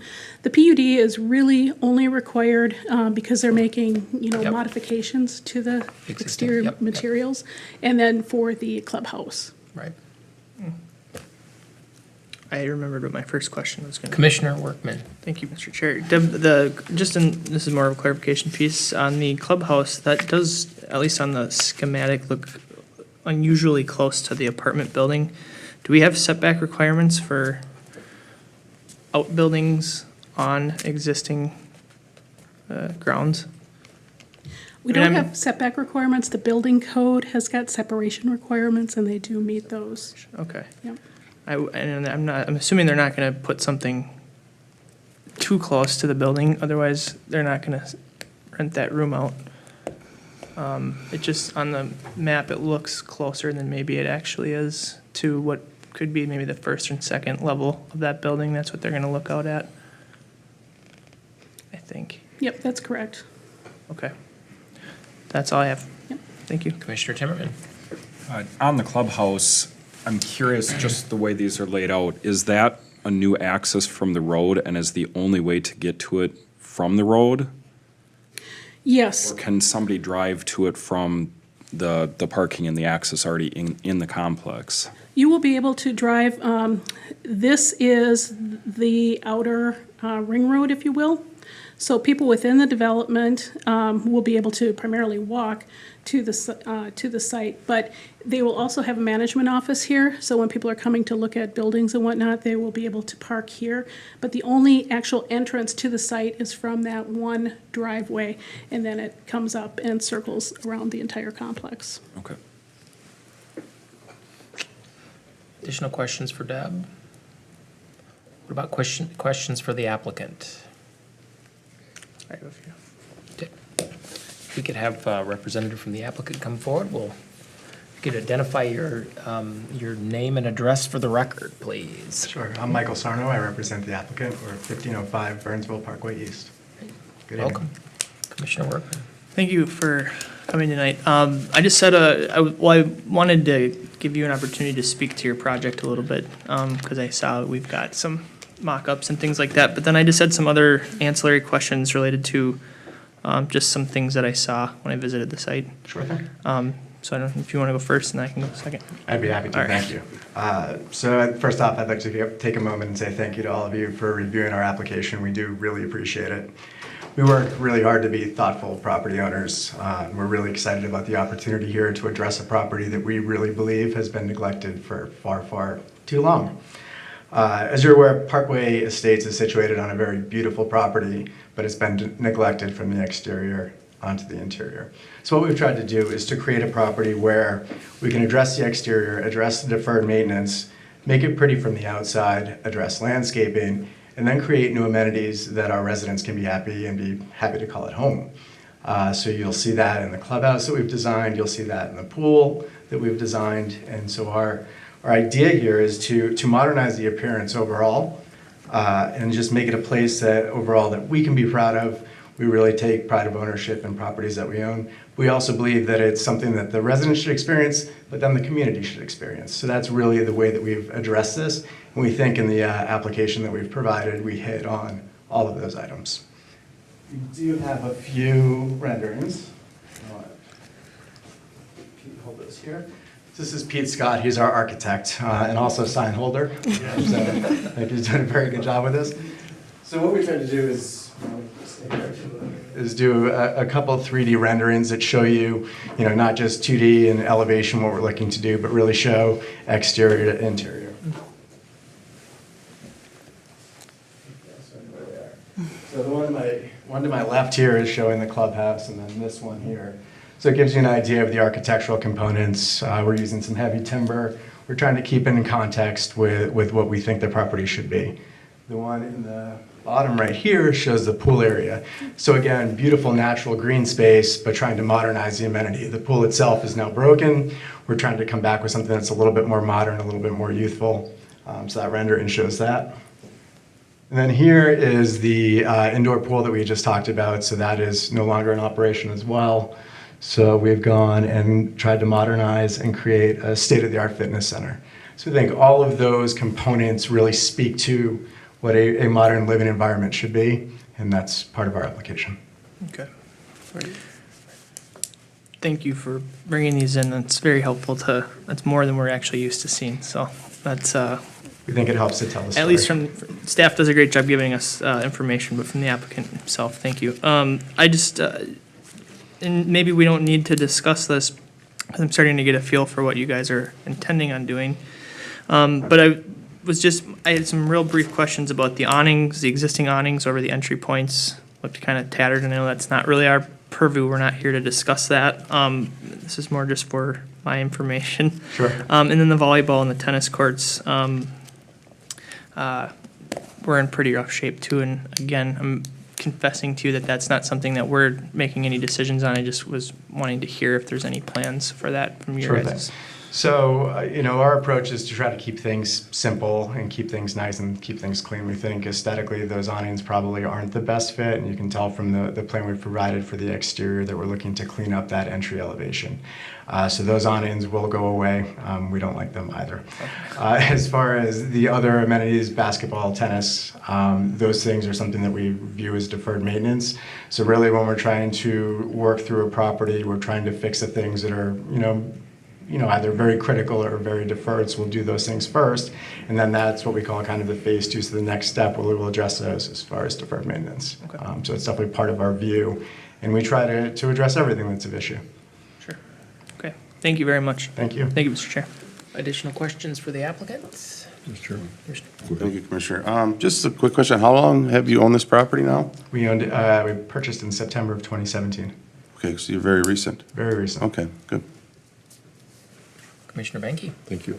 I was just curious, again, with the issue of the railings, is there a goal to eventually treat all of them as you're treating the west building? I mean, I just got to admit that the look of that certainly is a higher end look than the screening. Sure. And to be clear on what we're looking to do with those railings, so we view this as a combination of both the mesh and the wood. So the wood really, in our view, would be to handle it at areas of high focus, high visibility, and then the mesh we think gives it a little bit more of a modern tone. Okay. So we'll use those selectively as well. So we see both of those working together. Okay, and by the way, I'd like to compliment you. I do think that the pattern that you're using is going to go a long way to reducing the height of that building. The horizontal layering is going to make that look much longer and much lower than it currently does. Absolutely. Thank you. Thank you. Additional questions? All right, thank you very much. We will now open the public hearing at 8:07 PM. If there's anyone who would like to comment, please come up to the podium, identify yourself, and provide your address for the record. Sir. My name is Al Anderson. I live on 16th. I live within the PUD. And so there is one other view of the apartments that hasn't been talked about tonight, and that's the view from 16th Avenue. And Commissioner Workman brought up the tennis courts and basketball courts. The basketball hoop has been hanging down for a number of years, and that area floods regularly with the pond that's back there. So my suggestion is either put a playground in there, which is what most of the kids use it for. I've never seen anybody play tennis there. I've never even really seen anybody play basketball there. And we can see it all the time from our house. The other piece was brought up, I think, by Commissioner Benke, the issue of painting. To me, there should be an inspection of the materials that are already on the building before it's painted, so that, in 6 months, the vinyl siding isn't peeling already. So I believe there should be some sort of a condition in here that, A, for the tennis courts, B, for the painting of the building. I applaud them for the design and for the upgrades they're looking at. As long as they're doing demolition, they might as well take out the tennis courts too, because they'd be better off having a children's playground there than anything else. Thank you. Thank you. Any additional comments?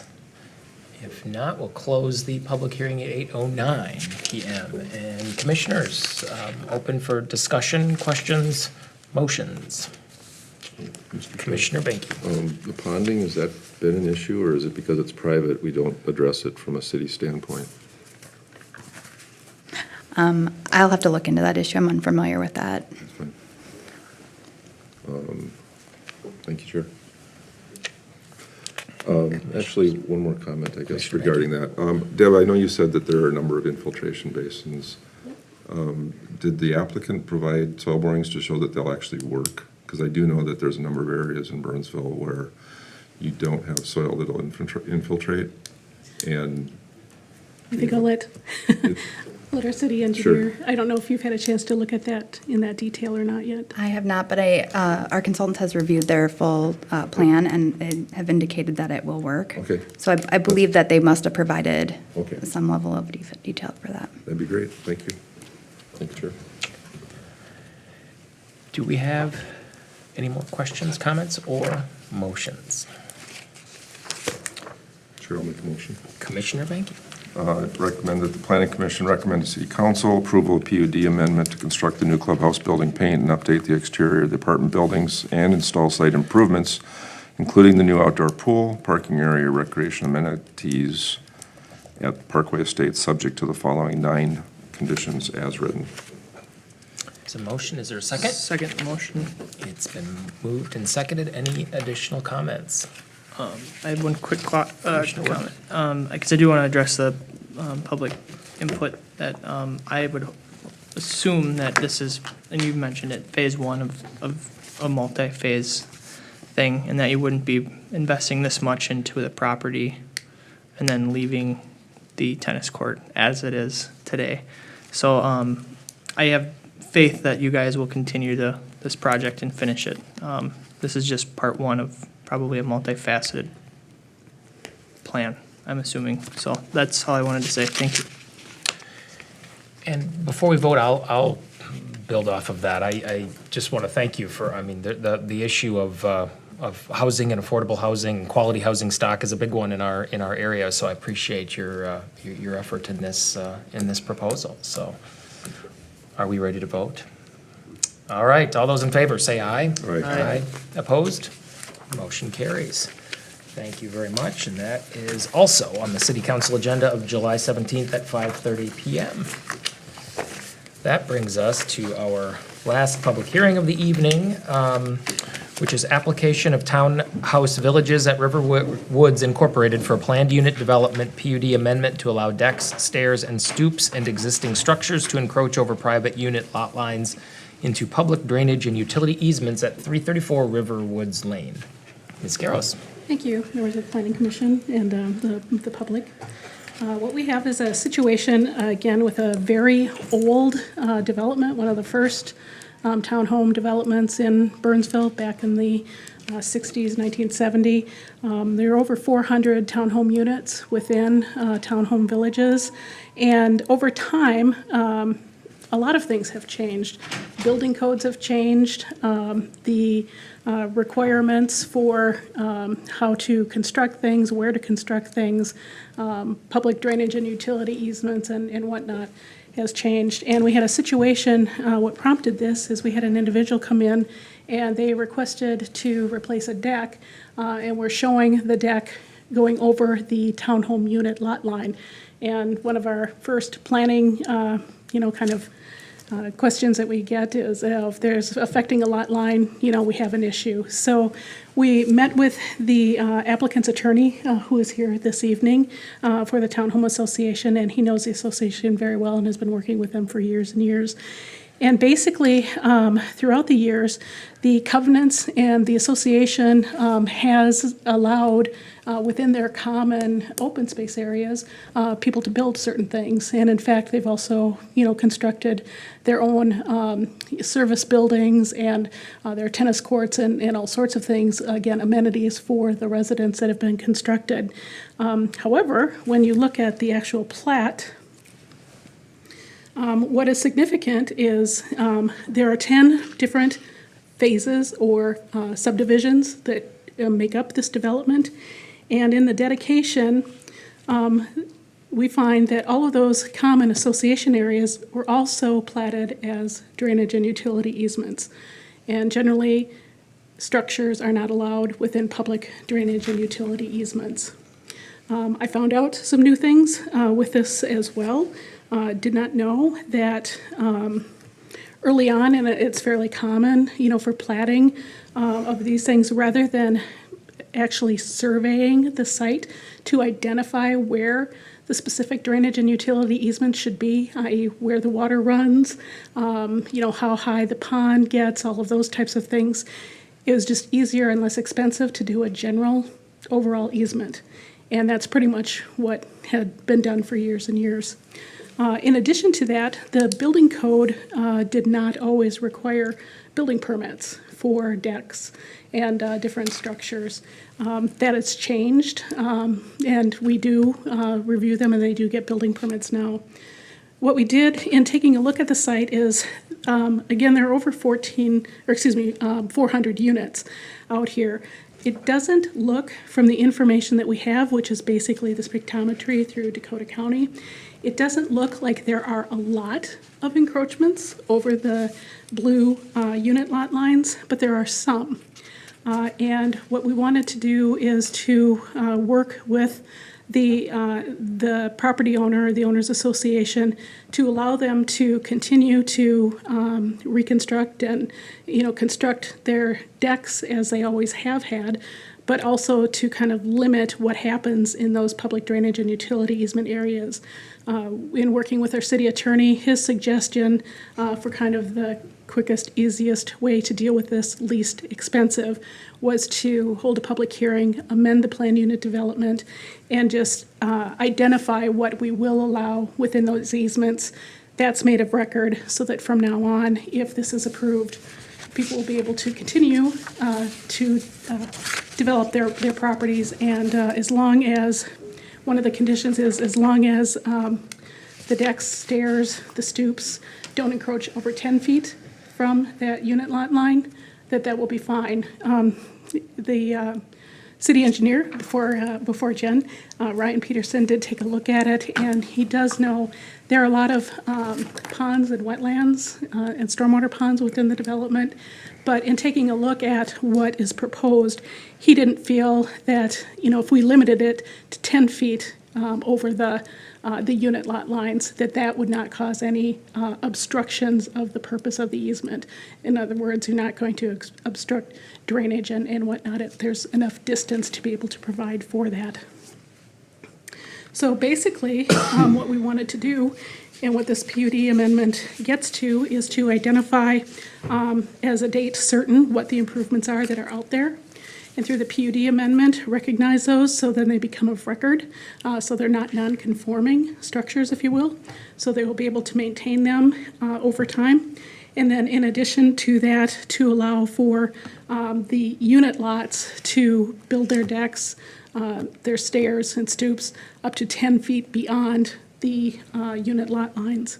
And again, we don't think that there are a lot of them, but without actually going out and surveying, we really don't know what you would find, and which would be very expensive, very time consuming.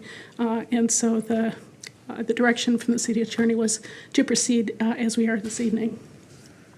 And I did include these in your background report where you can see some of the encroachments. Again, this is aerial photography, so it's not 100%. It can be off, a foot or two, depending on the angles at which they take the aerial photos, but it doesn't look like there are a lot of encroachments, but there are a few. Everything from decks, some of the buildings, some of the retaining walls, and the structures then also that were built for the common use of all the property owners. In terms of the PUD benefits,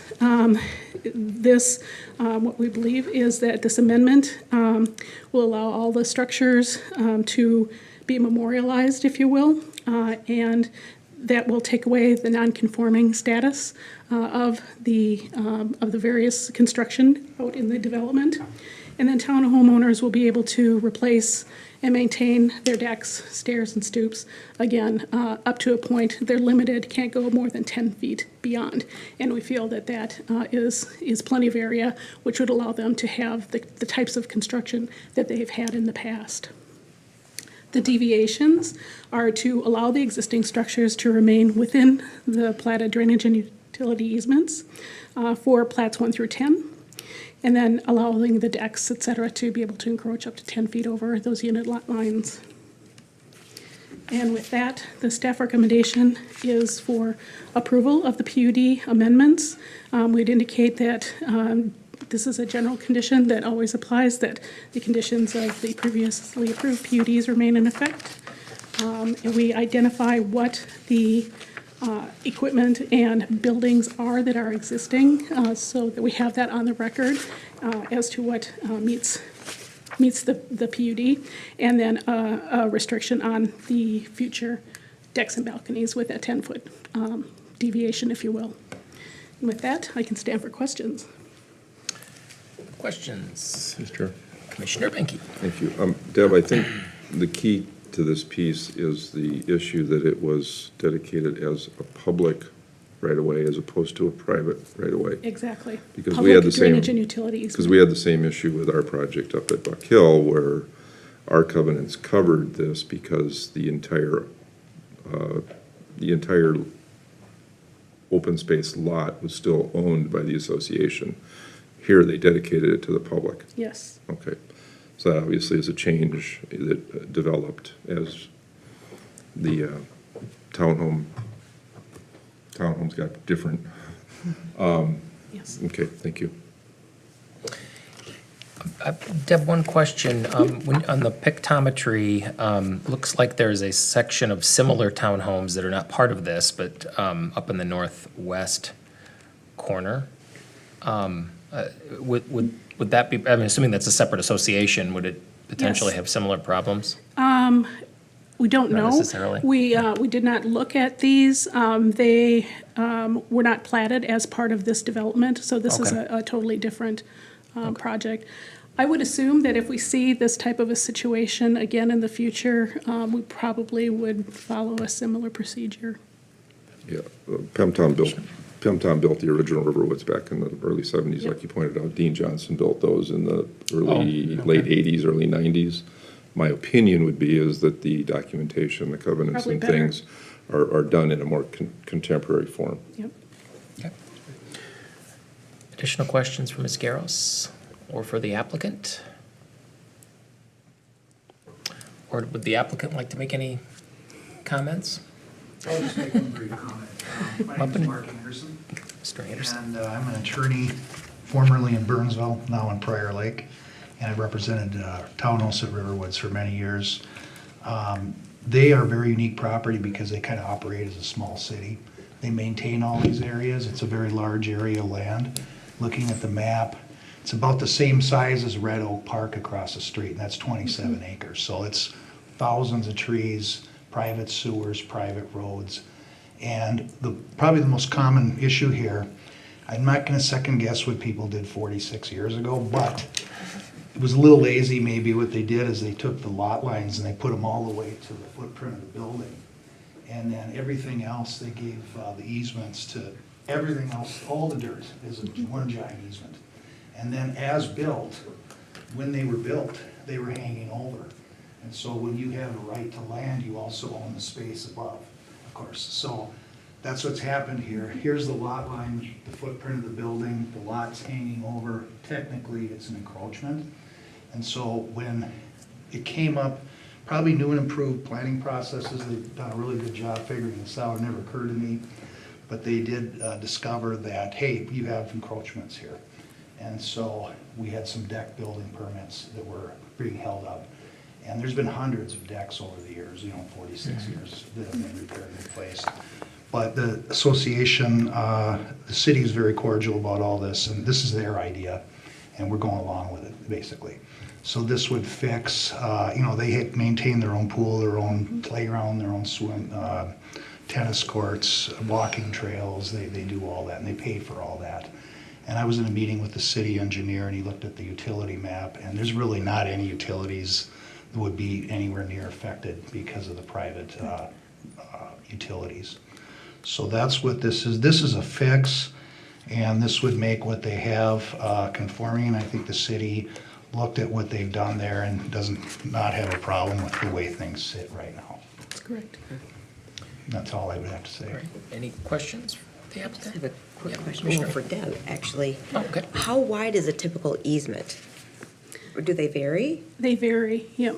Okay. It's really dependent upon, and maybe Jen can address this, but generally the deeper, your infrastructure is, the wider your easement is, so that you can actually get down and, do the repairs and replacement. But it's also, there are generally drainage and utility easements around like wetlands and ponds that are for the public.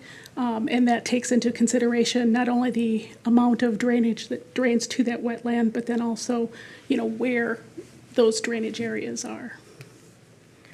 Thank you.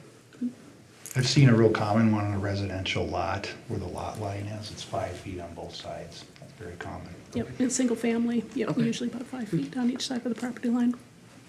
Commissioner Roberts? Thank you, Commissioner. So right now, there are decks in it that are encroaching in that, correct? I mean, you said they were. As built, yes. Right, so those will all be grandfathered in throughout this whole thing. So That's my understanding. what yeah. we're doing is making it easy for the rest of the community to jump on board. Well, could be preventing about maybe 10,000 lawsuits over the next 25 years too. Right, well, yeah, with something that's already in place, yeah, showing, I got what you're saying. Okay, I just want to verify that, thanks. Yes. Okay, thank you very much. Yeah, We thank will you. open the public hearing at 8:25 PM. If there's anybody who'd like to speak, please come forward, identify yourself. Seeing none, we will close the public hearing at 8:25 as well. Commissioners, what's your pleasure? Mr. Chair. Commissioner Benke? Basically, I think this is simply correcting a text issue that was the way it was done in 1970 and earlier. It doesn't happen today because today the common property is still held by the association, and there still may be a drainage utility easement across it, but it's not given to the public. It is for the benefit of the people that live there. In that case, none of this would have been a problem. Mr. Anderson wouldn't have to be sitting here with us. Typically, the covenants today will address any encroachments. It basically makes the encroachment part of the house, and it takes care of that as a problem. With that, I would love to make a motion to Planning Commission to recommend to the City Council to approve this PUD amendment for the common association areas within the townhome villages at Riverwoods 1st through 10th. Addition subject to the following 3 conditions. We have a As motion. written. A motion, is there a second? Second. Second by Commissioner Roberts. Any further discussion or comments? I just want to say, as somebody who also sits on a townhouse association board, I do appreciate it. Sounds like there was a lot of staff time that went into trying to figure this solution out. So with that, we'll move to a vote. All those in favor? Aye. Opposed? Motion carries. Thank you very much. That's also on the City Council agenda on July 17th at 5:30 PM. And that brings us to our last item, updates. Staff or commissioners, any updates for the group? I do. Ms. Dean? So there is a city council work session tomorrow. 2 items that the planning commission may be interested in is the solar ordinance discussion, follow up on that to our council, and then a sketch plan for Grace United Methodist, correct, Deb? Yes. Yes. So that will be going as a concept plan. At some point, they may decide to make application, and in that case, it may be before you, but right now it's conceptual plan. And then the next planning commission meeting is Monday, July 23rd, and I'll pass out the draft agenda. That's all I have. Commissioners, anything else? And what's really exciting is that our software actually has the new commissioners' names on there. That's huge, that worked. And I want to congratulate our new commissioners on surviving their first meeting. It was a long one, so, a lot of rigorous stuff. So, is there a motion to adjourn? Motion to adjourn. Second. Moved and seconded. All those in favor? Aye. Opposed? We are adjourned. Thank you very much. We do have